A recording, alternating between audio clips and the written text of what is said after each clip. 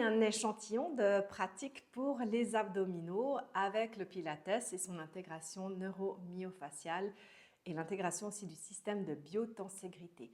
Donc si tu n'as pas vu la vidéo précédente, tu peux la visionner. On parle de la mise en espace de ton corps pour travailler ce corps de manière biotensègre. Donc là, on va venir s'allonger sur le dos. On va mettre le corps en la mise en espace comme dans l'autre vidéo. Donc tu vas avancer tes talons, prendre ta tête, tu vas marcher à l'arrière avec tes omoplates. Ça va créer une tension positive des tissus de l'avant, de l'arrière, comme deux trampolines, le petit creux dans le bas du dos.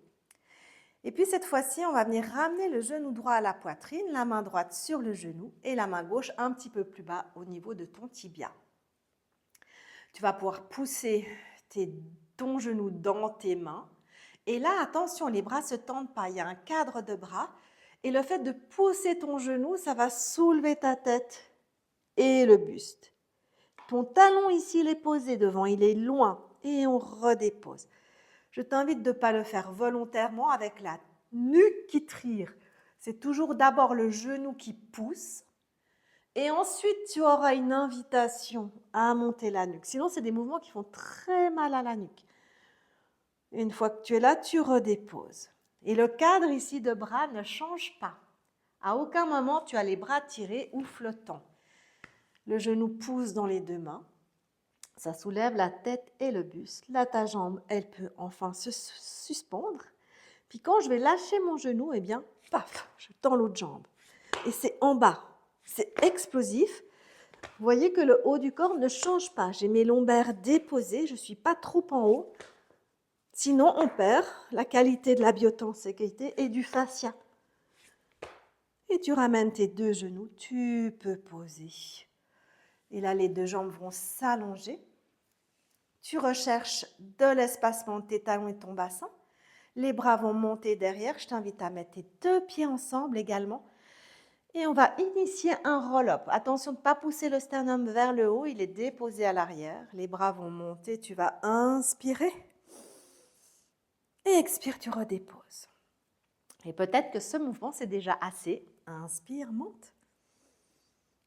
Et expire, tu poses. Et si tu es à l'aise avec la flexion de ta colonne, les bras vont monter, la tête et le buste vont se suspendre et tu remontes jusqu'en haut. Là, tu restes parfaitement ronde et tu peux amener quelques rebonds devant. Les épaules reposées. Et tu retournes ici, bras suspendus. Tu viens déposer ta colonne le plus loin possible. Et étirement ici. Trouve la tenségrité dans ton corps, avance tes talons, éloigne tes bras, dépose ton cœur à l'arrière. Et encore, les bras montent, on inspire. Et 2, 3. Et on redescend. On va ajouter des bras différents pour ce troisième et ce quatrième. Les bras vont monter. Les bras vont derrière. Et là, tu vas chercher loin derrière avec tes bras. Ils repassent vers les côtés. Et encore une fois, celui-ci. Tu poses tes côtes loin. Et c'est les bras qui embarquent la tête et le buste. Je ne tire pas sur ma nuque, les bras vont derrière. Je fais coulisser mes épaules loin. Et je reviens me déposer sur le dos. Tu peux ramener ton genou gauche à la poitrine cette fois-ci. Oui, bouge, les mains derrière. Voilà, tu vas pouvoir soulever ta tête. Pas parce que tu la soulèves volontairement, c'est que tu la portes avec tes mains. Tes coudes sont dans ton champ de vision, ni trop là, ni trop ouvert. Ok, là, tu vas pouvoir soulever l'autre jambe. Parfait. Et maintenant, on va changer la jambe. Une jambe et deux. Pas trop haut, tu portes ta tête et tu allonges. Là, tu n'as plus l'explosivité des mains et c'est vraiment loin vers le bas et vers le sol.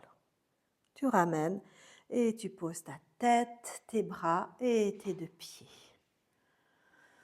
Et enfin, tu peux venir étirer un peu à droite et à gauche.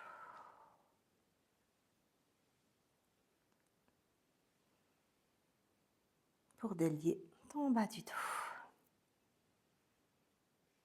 Tu vas allonger tes deux jambes.